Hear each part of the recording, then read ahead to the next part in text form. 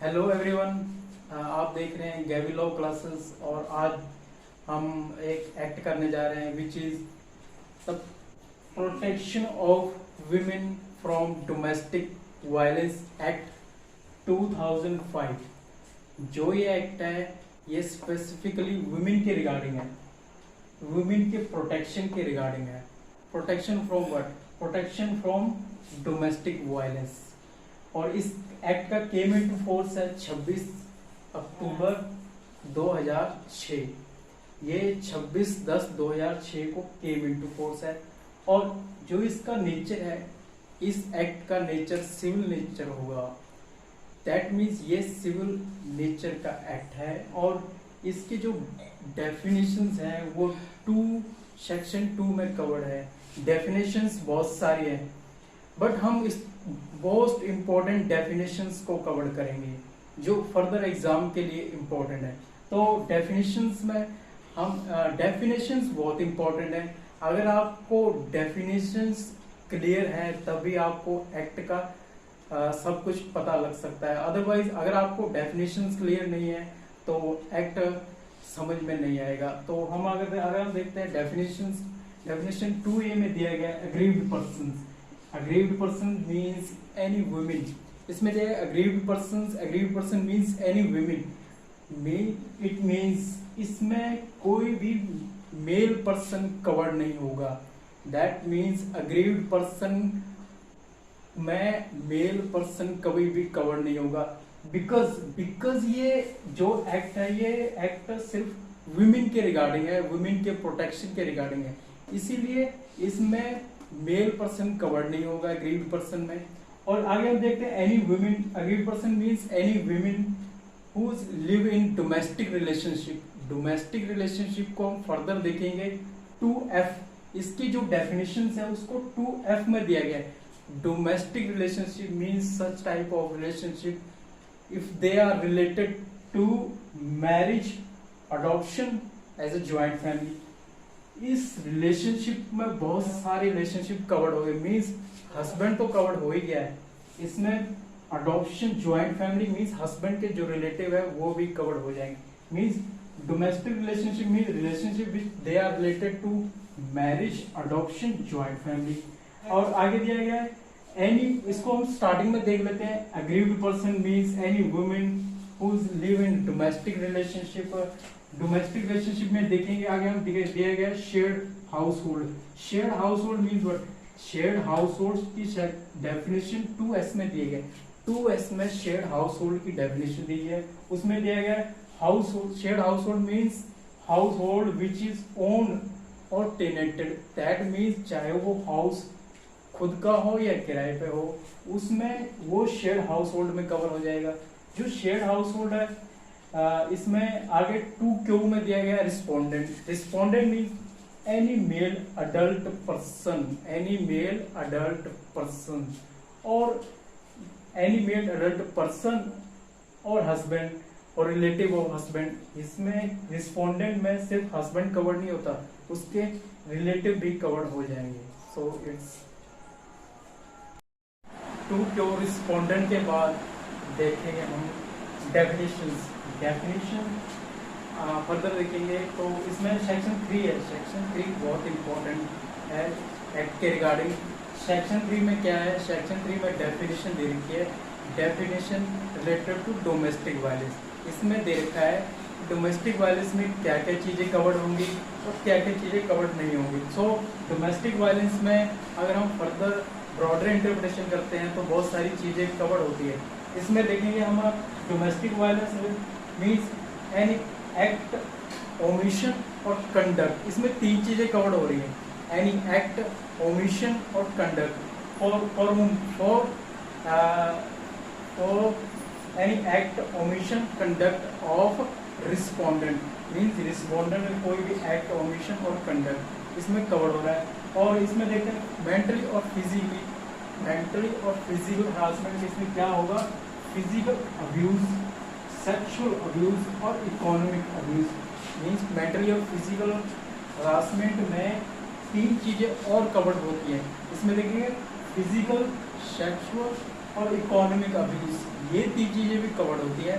और further economic abuse में further 3 चीजें कवर होती है। उसमें भी किसी भी तरह का डिप्रेवेशन, किसी भी तरह का डिस्पोजल और prohibition related to economy, business, any other things. और आगे हम देखते हैं हरासमेंट। हरासमेंट मीन्स हरासमेंट और डाउरी और एनी वैल्यूएबल सिक्योरिटी, इसमें भी ये भी कवर हो जाएंगे डोमेस्टिक वायलेंस के अंदर। तो सीधे ये 3 चीज़ें ये सेक्शन 3 में ये चीज़ें कवर हो रही हैं, कोई भी एक्ट ओमिशन कंडक्ट, और ये चीज़ें कवर हो रही है सेक्शन 3 में।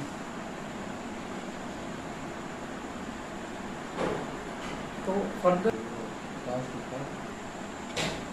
सेक्शन 3 के बाद आगे हम देखने जा रहे हैं जो है प्रोटेक्शन ऑफिसर। सेक्शन 3 के बाद हम देखने जा रहे हैं laws related to protection officer. Protection officer है जो उसकी अपॉइंटमेंट होती है सेक्शन 8 में। सेक्शन 8 में इसकी अपॉइंटमेंट है प्रोटेक्शन ऑफिसर। प्रोटेक्शन ऑफिसर को अपॉइंटमेंट कौन करेगा? State government. ये एग्जाम के रिलेटेड इम्पोर्टेंट है।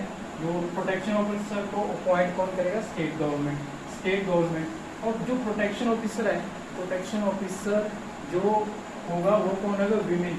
ये जरूरी नहीं है कि विमेन ही होगा, मैन भी हो सकता है, पर ये मोस्ट ऑफ द केसेस क्या होगा? विमेन ही होगी। मोस्ट ऑफ केसेस ये विमेन होगी। तो आगे देखेंगे duties and function of protection officer. Protection officer क्या ड्यूटीज है और क्या फंक्शन है। आगे हम देखते हैं प्रोटेक्शन ऑफिसर जो ड्यूटीज है। Duties to assist magistrate, means ये मैजिस्ट्रेट को असिस्ट करेगा। Second is and thing is medical facility, ये अग्रीव्ड पर्सन को मेडिकल फैसिलिटी प्रोवाइड कराएंगे।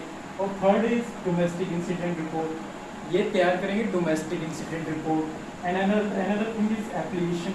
अगर डोमेस्टिक इंसिडेंट रिपोर्ट के बाद कोई भी एप्लीकेशन होती है जो सेक्शन 12 में है, application mean application to magistrate, वो protection officer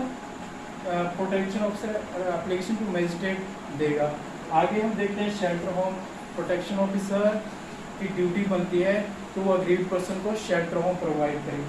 other thing is section. उसके बाद हम देखेंगे ये जो प्रोटेक्शन ऑफिसर है इसकी अपॉइंटमेंट होगी सेक्शन 8 में। सेक्शन 9 में ड्यूटीज एंड फंक्शन है। आगे हम देखते हैं प्रोटेक्शन ऑफिसर के रिलेटेड लॉज को हम देखते हैं सेक्शन 30। सेक्शन 30 में दिया गया है protection officer as a public servant को माना जाएगा। प्रोटेक्शन ऑफिसर को एज ए पब्लिक सर्वेंट माना जाएगा।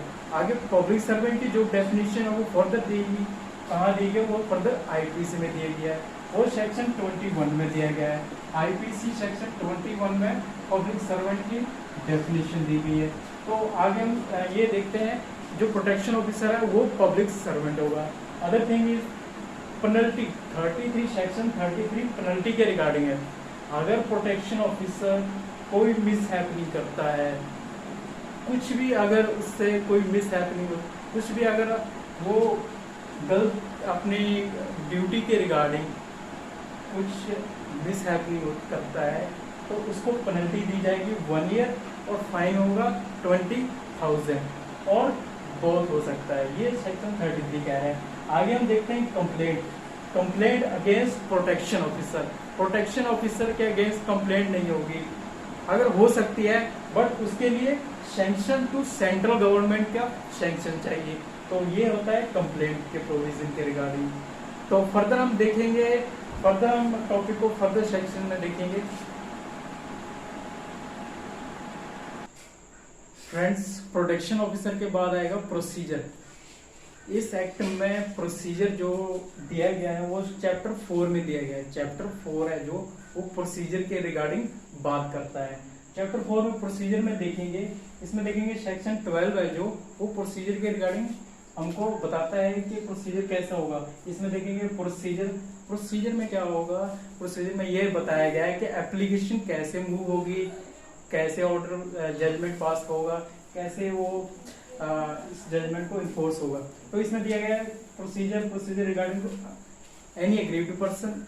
एप्लीकेशन कौन मूव कर सकता है? एनी एग्रीव्ड पर्सन और दूसरा कौन कर सकता है? प्रोटेक्शन ऑफिसर और कौन कर सकता है? Any other person. मीन इसमें तीन ऑप्शन दी गए। इसमें एग्रीड पर्सन भी एप्लीकेशन मूव कर सकता है और प्रोटेक्शन ऑफिसर भी मूव कर सकता है और any other person on the behalf of agreed person भी कर सकते हैं।